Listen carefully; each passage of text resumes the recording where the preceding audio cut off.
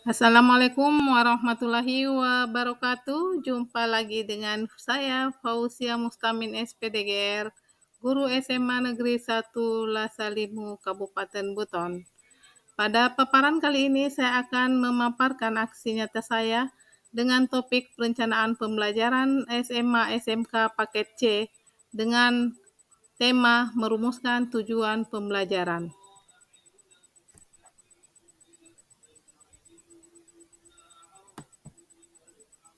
Kurikulum Merdeka mengutip laman Kementerian Pendidikan, Kebudayaan, Riset, dan Teknologi.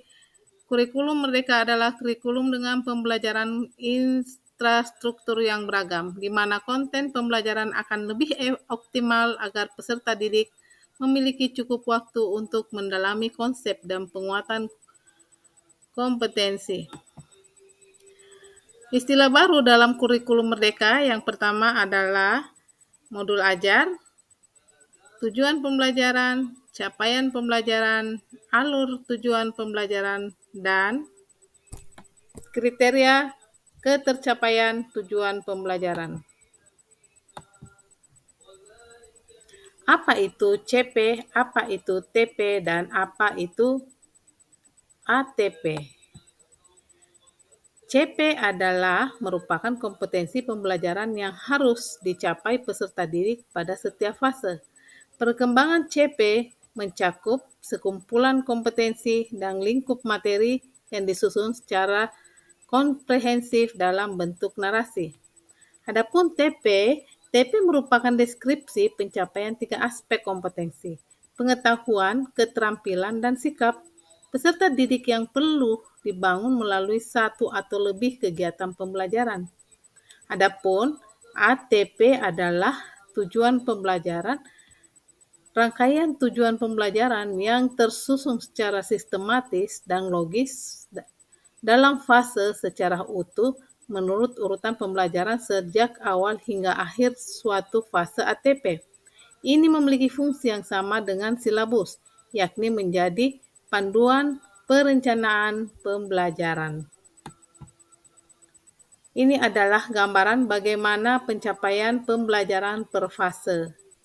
Fase PAUD, fase A SD, fase B SD kelas 3 sampai kelas 5, fase C kelas 5 sampai kelas 6, fase D kelas 7 sampai kelas 9, fase F kelas 11 sampai kelas 12. Konsep alur tujuan pembelajaran. Ini adalah konsep alur tujuan pembelajaran, kompetensi, kemudian kelas, kemudian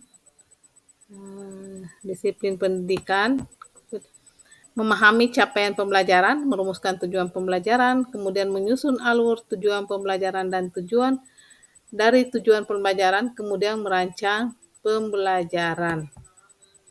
Adapun prosedur penyusunan alur tujuan pembelajaran berdasarkan fase, yang pertama yaitu merumuskan tujuan pembelajaran atau TP dan menyusunnya dalam alur pembelajaran untuk mencapai kompetensi pada fase tersebut.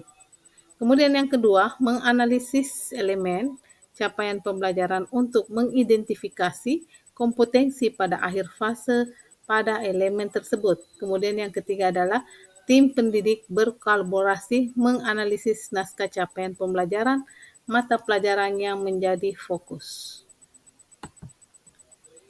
Adapun capaian pembelajaran yang dari alur tujuan pembelajaran, kemudian asesmen formatif, asesmen sumatif, kemudian indikator. Prosedur pengembangan tujuan pembelajaran yang pertama, melakukan analisis pada CP, menentukan materi utama atau konten. Kemudian yang kedua, berdasarkan analisis pada CP, kemudian kita menentukan materi utama atau konten inti.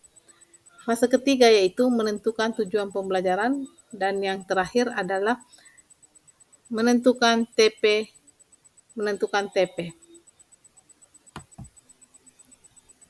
Ada contoh capaian umum pada akhir fase F di SMA itu, peserta didik memiliki kemampuan berbahasa Jerman Di sini saya ambil bahasa Jerman karena mata pelajaran yang saya ampu bahasa Jerman setara dengan tingkat A2 Standar Gemeinschaft Eropa Nische Referenzamen für Sprechen GRN, yaitu dapat berkomunikasi secara lisan dan tulis dalam situasi rutinitas hari-hari ditandai dengan adanya kemampuan bertukar informasi secara langsung mengenai hal-hal yang biasa dijumpai sehari-hari dan mengungkapkan asal-usul, pendidikan, lingkungan, serta hal-hal yang berhubungan dengan kebutuhan primer dengan menggunakan kalimat-kalimat sederhana.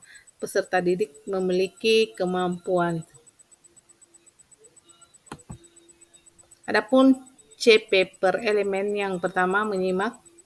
Peserta didik dapat memahami informasi umum, selektif, dan atau rinci dari tes lisan sederhana tentang kehidupan sehari-hari dan lingkungan sekitar.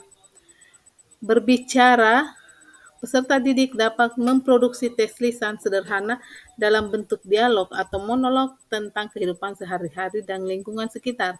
Kemudian elemen ketiga yaitu membaca.